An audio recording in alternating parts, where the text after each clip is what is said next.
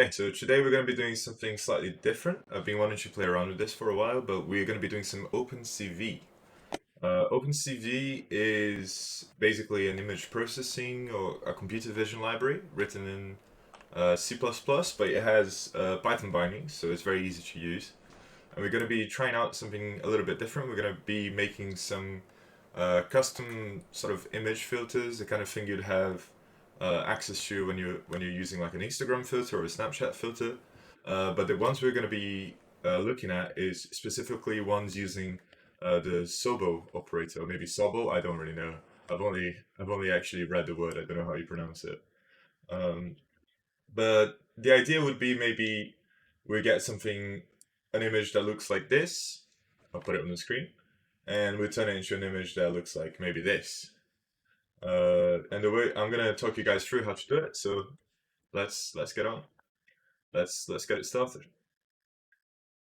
Right. So the first thing you're gonna need is actually maybe let me increase the size of the screen a little bit. You guys can see it better now. But yeah, we're gonna have to install a few libraries here. We're gonna use matplotlib just to visualize the output. We're gonna be using NumPy as well for some manipulation, and OpenCV Python. And once you've installed those with pip install, then you can import those libraries. So we're going to import CVSoble, import B. Cool. So once we have those imported, we need to open an image. And I'm going to create a new cell here.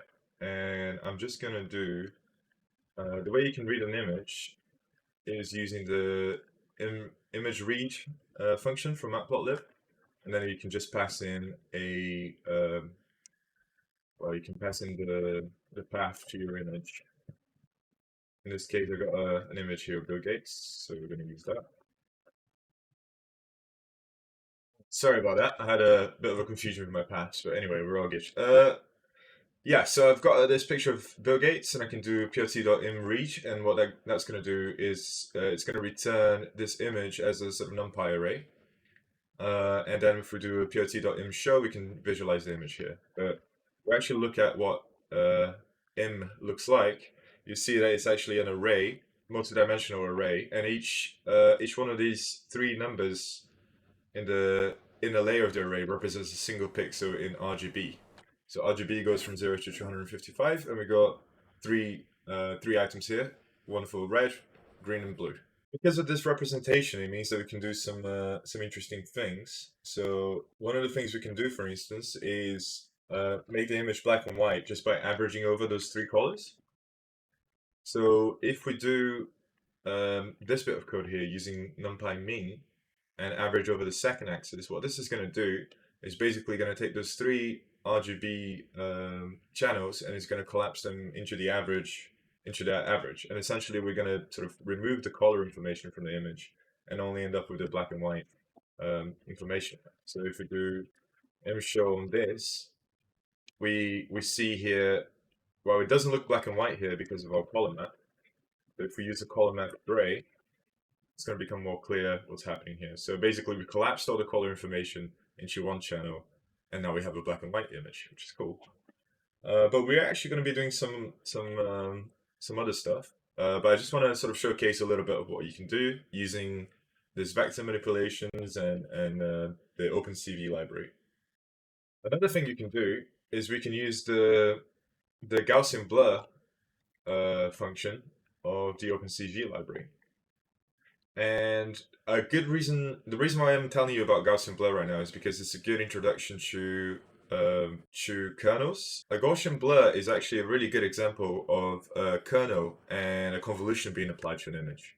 So I wanted to tell you guys a little bit about convolutions because they're one of the most fundamental operations in image processing. And it's very good to get a better understanding of what that means.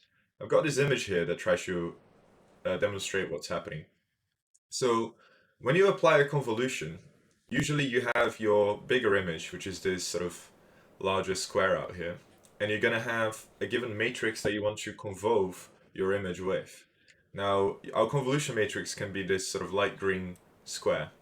And what a convolution operation means is that we're going to take this square, and we're going to start here at the top corner, and we're going to slide the square from left to right, top down, all over the image. And we're going to multiply whatever numbers are on the green square with the numbers, whatever numbers are in our matrix with the corresponding position in the image as we slide it across. In the case of a Gaussian blur, what happens is you kind of, the Gaussian blur is designed to average out the pixels surrounding the center pixel of your convolution into the middle. And what happens with that is that you end up having the information about the surrounding pixels gets averaged out into the pixel in the center, and that happens across the image. And that's why you end up with a sort of a blurry image in the end. We set up the correct parameters into our Gaussian blur function. And this here is the size of the convolution. So that will determine how big the square that we're sliding across the image is. We can see the results down here, and what you end up with is this sort of blurry version of the image, right? Which is kind of cool. There are also other types of operators that we can convolve, other kernels, and using different kernels will give you different results. And one of the more interesting kernels is, I think, the Soble kernel. And I can actually open here the definition of, or the documentation for OpenCV, which explains this very well. I'd recommend going through it. But you can see here what the Soble kernel looks like. So I is our image, and this is our Soble kernel. And this is what's going to be convolved through our image. So if you remember our picture here, you can imagine that these numbers are being placed in this green. And as we move across the image, the pixels that match that position are going to be multiplied by this number here. And all the results of the multiplications of the numbers within the matrix are going to be averaged out, and the number for the center pixel is going to be replaced with the result of our total sum here. So definitely look up convolutions if you're still a bit confused. I don't know if I did the best job of explaining it here, but it's a very fundamental operation. But if you understood what I meant by the convolution, you see that applying this GX kernel to our image is going to be the equivalent of looking for places in our image where the pixels on the left of a center pixel are very different to the value of the pixels on the right. And what happens is this kind of creates a sort of an edge detection. In this case, it's going to be looking at the horizontal gradient of the colors in our picture.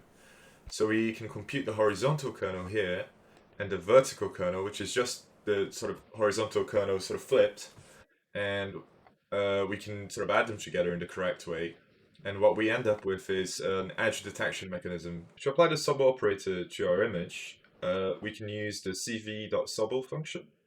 And there are a bunch of parameters here that we can pass in, but we can go through them. So BW in this case is just our black and white image. The ddef parameter, which is the second parameter here, is the depth of the output image.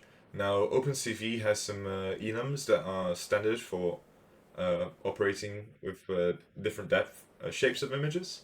So in this case we can just use CV64F. The x order is the order of the derivative in the x direction. Y order is the order of the derivative in the y direction. In this case, because we only want the gradient in the x direction, we set the order of the derivative to 1 in the x direction and 0 in the y direction. Case size, I think, is the size of the kernel, and scale, delta, and border type are just... I wasn't able to find in the documentation exactly the explanation of how those parameters affect the results, but I guess it would take some experimentation there. But we can see here the result of plotting the x gradient of our image. And if we look at our original image, you can see that it does match, where whenever we have a very quick change of color in the x direction, that's where our x gradient has those very pronounced lines. And it's cool to look as well that when we go from a light color to dark or dark color to light, those pixels end up being lighter or darker. So there is a direction implicit as well. So those are values with will be negative or positive depending on the direction. We can do the same thing for grad y. We just need to change a few things here. In this case, we're just going to change those numbers, and we can show the difference here.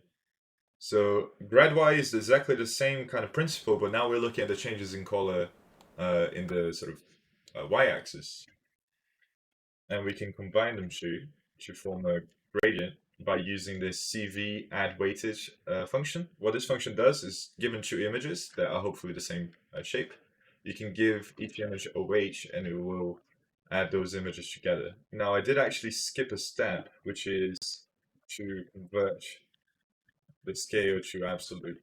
So basically, for our gradients, in this case, we don't want them to go from negative to positive values. We just want everything to be a positive value. So we can apply this function here. And we end up with something like this, which is cool. If we use the color map gray, you'll be able to see that what we've done here is basically edge detection on the previous image.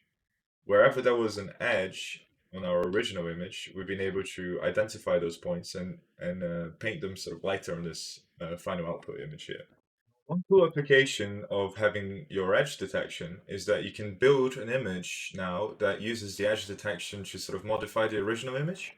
So one way you could do this is if we take our original gradient image and we convert it back from gray to RGB, so we can then use it as a filter. What we can do is we can say that we can look at our original image and change the value of the pixel of that image wherever the gradient is above the gradient image is above a certain threshold. So in this case, I just picked a random RGB color, and I said that filtered is, wherever the gradient is less than 24, give me the original pixel, and if not, give me this random color. And what we have here now is a picture of Bill Gates with this borders where there are sort of different colors on the edge.